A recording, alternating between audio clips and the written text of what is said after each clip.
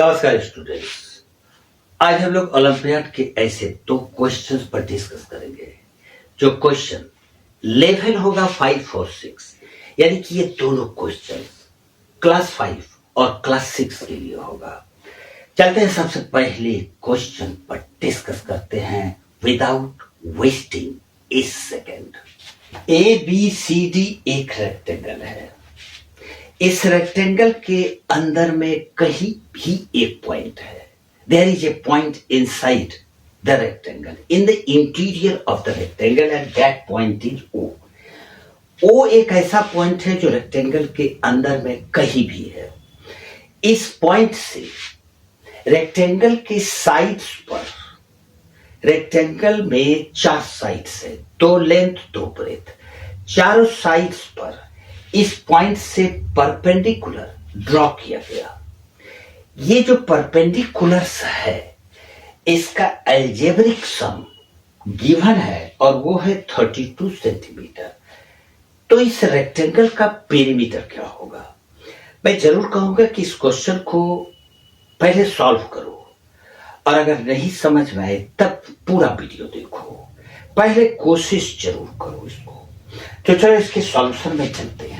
देखो, ये एक रेक्टेंगल है जिसमें ओ एक पॉइंट है। यहां से ए बी पर ओ ई परपेंडिकुलर, बी सी पर ओ एफ डाला और ए डी पर ओ एच और डी सी पर ओ जी परपेंडिकुलर डाला।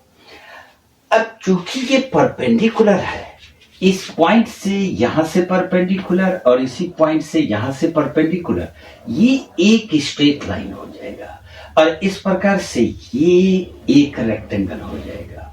ठीक उसी तरह से ये चूंकि परपेंडिकुलर है और ये परपेंडिकुलर है तो ये भी एक रेक्टेंगल हो जाएगा। इस तरह से अगर कहा जाए तो ये जो EG है, EG is equal to BC के इक्वल हो जाएगा और AD के इक्वल हो जाएगा, क्योंकि ये एक पूरा स्ट्रेट लाइन है और ये राइट एंगल है तो ये भी रेक्टेंगल और ये भी रेक्टेंगल। तो रेक्टेंगल का ऑपोजिट साइड इक्वल होता है, इसलिए EG इक्वल टू BC और DC ये तीनों बराबर है।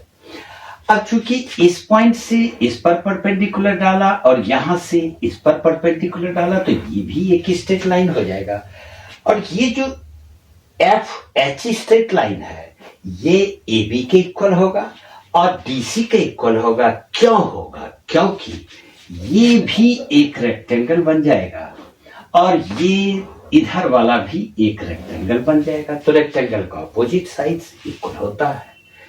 इसका मतलब है कि HF इज इक्वल टू हम लिख सकते हैं AB और ये DC। ये जो HF है ये AB के इक्वल होगा और DC के इक्वल होगा। यहां तक में कोई दिक्कत नहीं होनी चाहिए। अब हमको निकालना है पेरीमीटर ऑफ रेक्टेंगल। तो perimeter of ABCD, rectangle ABCD is equal to होगा AB plus BC, AB plus BC length और ब्रेथ और इसको मल्टीप्लाई कर देंगे हम 2 से। AB is equal to HF है तो हम इसको HF लिख देंगे और plus BC is equal to EG है तो हम इसको EG लिख देंगे और इसको मल्टीप्लाई कर देंगे 2। अब ये HF को हम लोग OH प्लस OF लिख सकते हैं। तो इसको लिखते हैं OH प्लस OF और प्लस EG को लिख सकते हैं EO प्लस OG, EO यानी OE प्लस OG और ये 2 से मल्टीप्लाई कर देंगे।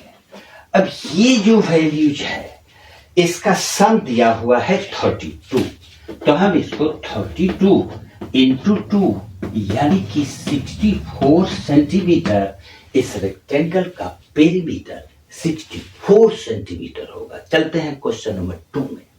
क्लास 6 और क्लास 5 के बच्चे के लिए ये क्वेश्चन बिल्कुल नया होगा। इस क्वेश्चन को भी सॉल्यूशन देखने के पहले सॉल्व करने का प्रयास करोगे।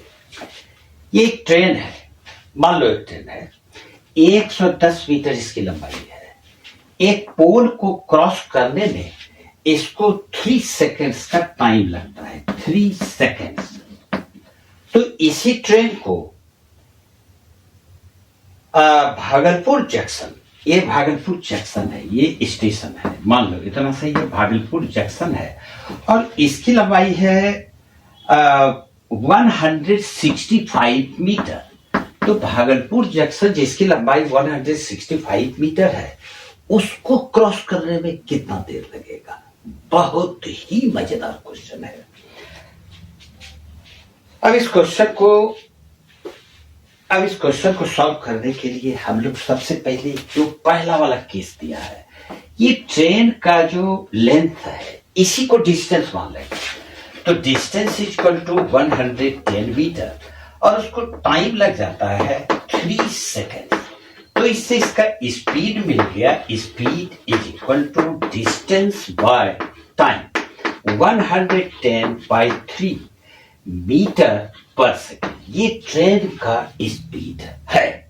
अगर ट्रेन का स्पीड हमको मिल जाता है तो ये प्लेटफॉर्म भागलपुर जंक्शन, इसकी लंबाई है 165 मीटर। इसको क्रॉस करने में कितना टाइम लगेगा? तो देखो यहां पर एक पॉइंट है, मैं बतला देता हूं। जब पोल को वो क्रॉस कर रहा था तो वहां पर डिस्टेंस सिर्फ ट्रेन का लेंथ होगा, लेकिन जब भागलपुर जंक्शन यानी कि किसी भी प्लेटफॉर्म को वो क्रॉस करेगा तो डिस्टेंस, ट्रेन का लेंथ और प्लेटफॉर्म का डिस्टेंस दोनों को ऐड कर देंगे।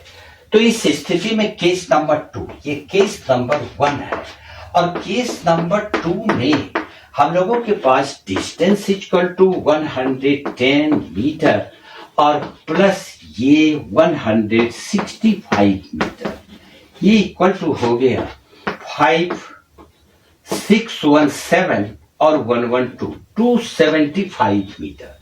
लेकिन ट्रेन का स्पीड तो वही रहेगा। तो स्पीड हमारे पास उसका है, speed of the train is equal to 110/3 metre per second. अब हमको फाइंड करना है कि इस प्लेटफॉर्म को क्रॉस करने में टाइम क्या लगेगा। तो time is equal to distance by speed. Distance यहां पर 275 लेंगे तो 275 और डिवाइड कर देंगे इसके स्पीड से 110/3, 110/3।